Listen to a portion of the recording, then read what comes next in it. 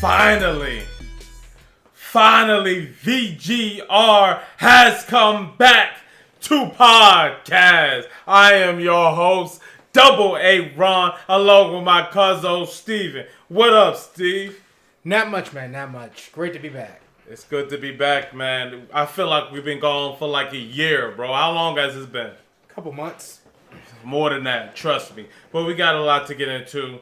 First of all, let's talk about this because Vince McMahon apparently wants to improve the tag team division. It's been a lot of things going on, a lot of random teams, and the biggest news, Revival asking for their release. What you think about that? I mean, it's one of those situations where you work somewhere, you're doing something you love, and you're seeing it being abused, misused, and for them, enough was enough. They're in the tag team division, and granted, they haven't been treated very well, especially compared to how things went for them in NXT. Nope. But you tend to forget in 2019 who the tag team champions even are. Chad, right? Chad and you got Bobby. Chad Gable and Bobby Roode are your tag team champions, and I can't recall the last time I even saw them. I think the issue, aren't they still faces? That doesn't have anything to do with it. No, they're miscast, especially Bobby Roode. Why is he still a face? Like, you remember his time in NXT? Yeah, I remember his time in NXT. But that still has nothing to do with the fact that you have tag team champions that aren't even on TV. Absolutely. I've seen Lucha House Party more than I've seen them. And that's another guy that I heard was miscast. But it seems like they're trying to throw a bunch of tag teams together. Like I heard Rusev and Shinsuke Nakamura is about to come together. Eric Rowan and Daniel Bryan, even though they're technically not a tag team, they're thrown together. And I heard that's because, I know we're not supposed to talk about this company because they haven't done a show, but AEW was promoting tag team wrestling. Do you really think that? I don't think it has nothing to do with that. Because even though you're talking about random tag teams thrown together, you're talking about teams being put together on the tag team show. And that's SmackDown. That's true. There's a presence of tag team wrestling on SmackDown. That's true. On Raw, there isn't. So, Where's ALP? Raw. Where's Revival? Raw. Where's Chad Gable and Bobby Roode? Raw. And most of those teams you're forgotten about. Now on SmackDown, there's the USO Penitentiary, there's the New Day, there's the Bar. I mean, granted, they only care about those three tag teams, but you know who the champions are, which are Shane McMahon and The Miz. They have a presence there. Mm-hmm. On Raw, totally different story. Yeah, and the B Squad, that whole story, I don't understand that and why they did that. And that's because I think Raw is more Vince's baby, and he's let it be known he doesn't care nothing about tag team, and it shows. It definitely does. I mean, Raw's 3 hours, and you can't get the tag team champions on there. Nope.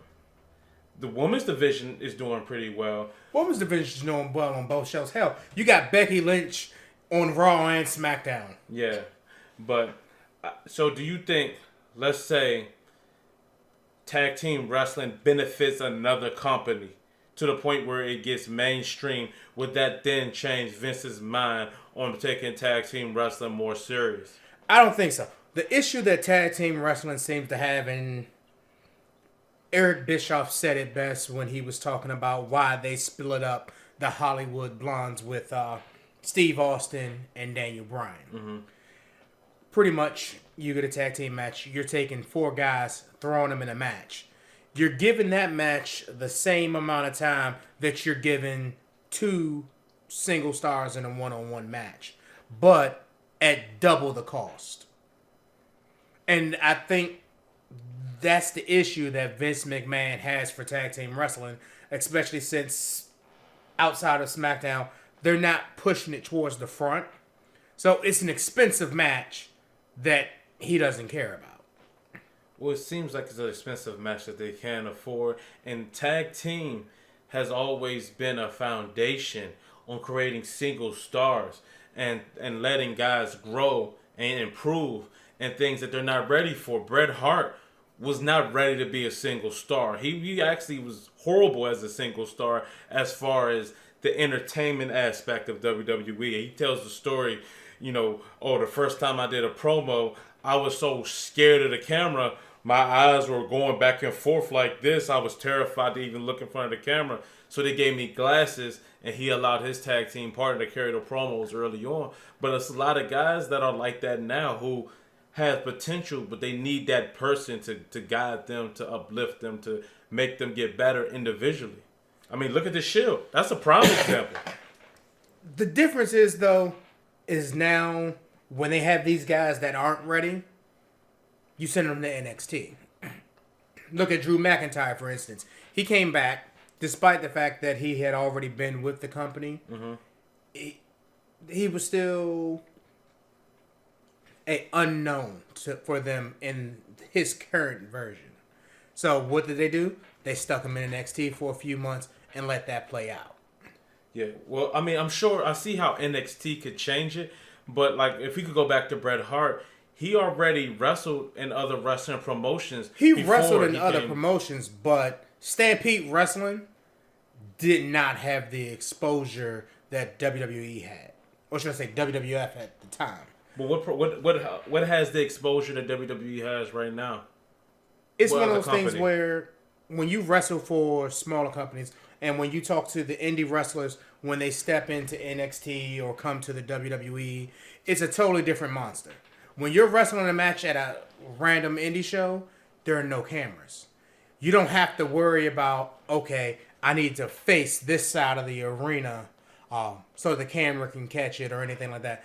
Those aren't your worries. But you've been to a wrestling event. Haven't you noticed that when they come out and talk, they always face the side that the cameras are on? Yeah.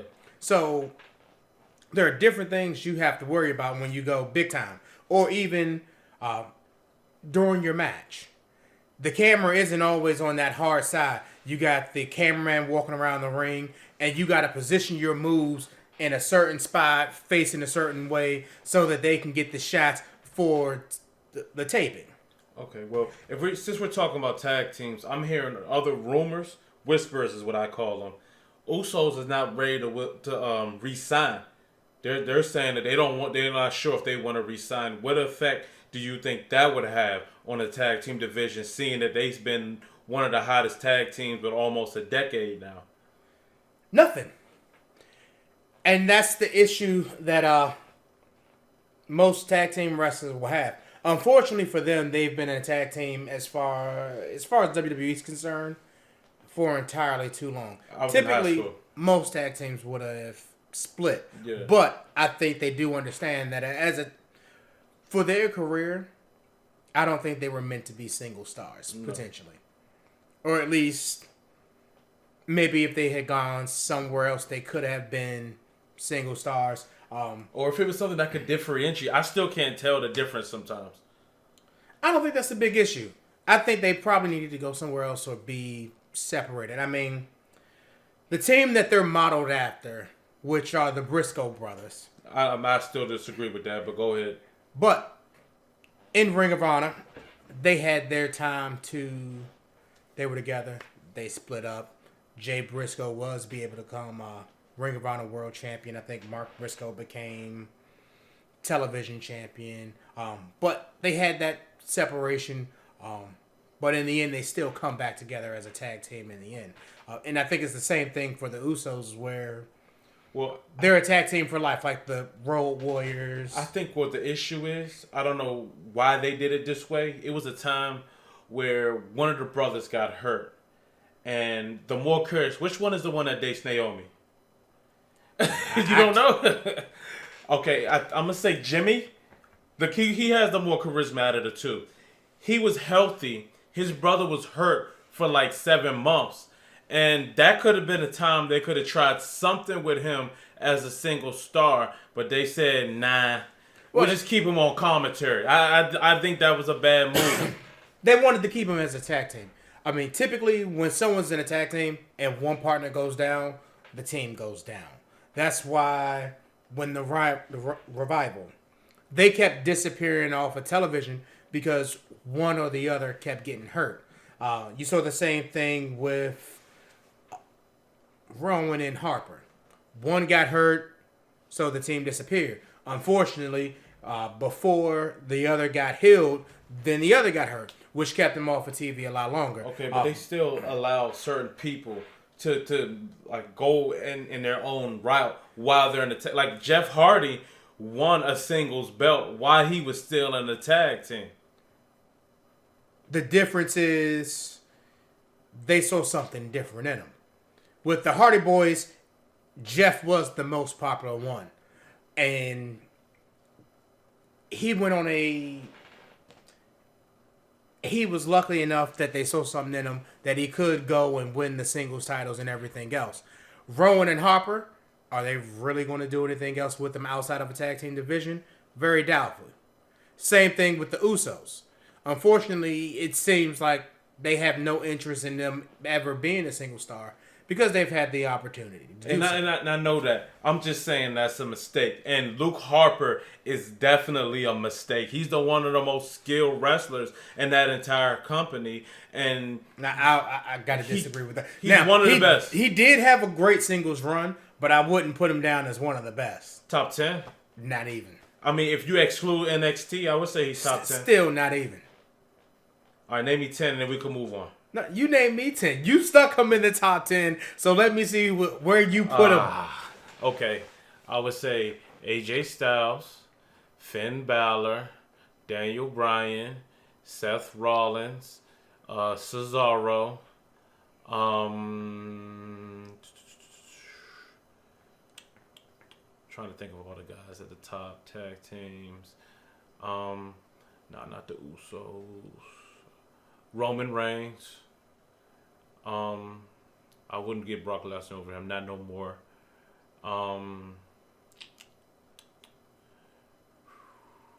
Chris Jericho's gone.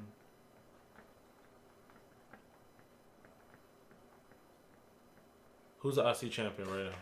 Let me just end your list and knock him out of the top 10 real quick. Okay. The Miz. He's not a better wrestler than Luke Yes, Harper. he is. He's not, bro. Drew McIntyre. I don't think he's a better wrestler than Rusev. Not a better wrestler. Whatever, man. They have higher stature in the company, but they're not a better wrestler. Then Luke Harper? Yes, they are. I'm sorry, but I got to disagree with you. He's out. He's not in the top 10. That was a hard stretch, but no. I would say he's top 10. Okay, well, we'll agree to disagree. Fine. And you know what? Soon we'll do some top 10 breakdown lists, and we'll see how often he actually makes your top 10 list. Okay. So let's move on to somebody else. The face that runs the place, AJ Styles. Should he stay with the WWE? At his age, he should. That's what I was thinking. But don't you think another company will give him a better schedule that's more conducive to his age? Potentially yes, potentially no. Unfortunately, and it goes back to the AEW conversation, it's a shot in the dark. I mean, granted, it's backed by a billionaire. It has all this buzz. It has a lot of upside. But it's still a unknown. Think about, I guess, almost 19 years ago when TNA first came out. It had a lot of buzz. Was it like this? Because I don't think the internet was as popular as it is now. I didn't know about TNA like that 19 years ago. And I don't remember, like, what was the billionaire that was behind them? The Carters had that much money? There wasn't a glorified billionaire. I mean, right now in that conversation, the billionaire is irrelevant. It just shows that there's some money behind it. Okay. And if you think about TNA, even over the last couple of years, they've had money get behind it. Mm-hmm. But the problem is at some point, people with money that's controlling the money are going to expect some sort of return. And if that return isn't equaling what they want, they lose interest and move on. So, yeah, granted, AEW has the buzz. The biggest thing for them is going to be a TV deal. That's true. I mean, they're offering these guys, from what I'm hearing, ridiculous contracts, which kind of reminds me of WCW when it was on its way out. So they're going to have to bring in some sort of a revenue stream, and having big events once, twice a year, unless these contracts aren't actually as big as they're saying they are, it's not going to work. I hope it does. Yeah. Well, like I said, I don't know what they're offering AJ Styles. I don't know what the schedule is, but I do I don't know. I feel like WWE's been treating him so well. Like, I don't think only thing they've done wrong was stripped him from the title, from the championship that first time for Randy Orton, and Bray Wyatt to stink it up and stick him in that random stupid feud with Shane McMahon. And if that had continued, I would want him to leave. But they booked him well as champion. Like, he was there for like over a year, right? He was champion. He has great matches. He's always put to the top of the card. He feels important. He's paid good. The workload might be a little much for him to be 41, but who knows what elements it's going to play, because him and Shinsuke Nakamura, they got their WrestleMania match cut by some minutes that really affected their match. How pissed off is AJ Styles about that type of stuff? And I don't think he is. Having creative freedom. In wrestling, there's always a give and take. Granted, you might get some minutes cut from your match here and there. To them, he still got the spotlight.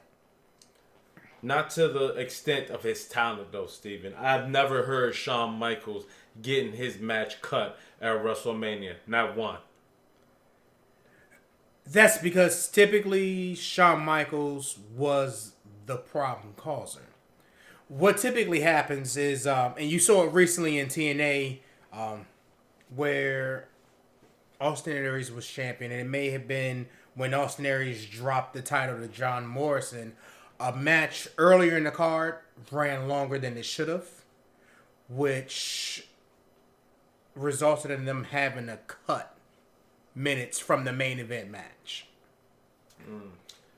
Yeah, it's not that bad if it doesn't affect the match, but I really feel like that AJ versus Shinsuke Nakamura match should have been a lot better than what it is. And if AJ Styles' friends are to another promotion, would that put him in the position where, maybe I want to go and see what's over there?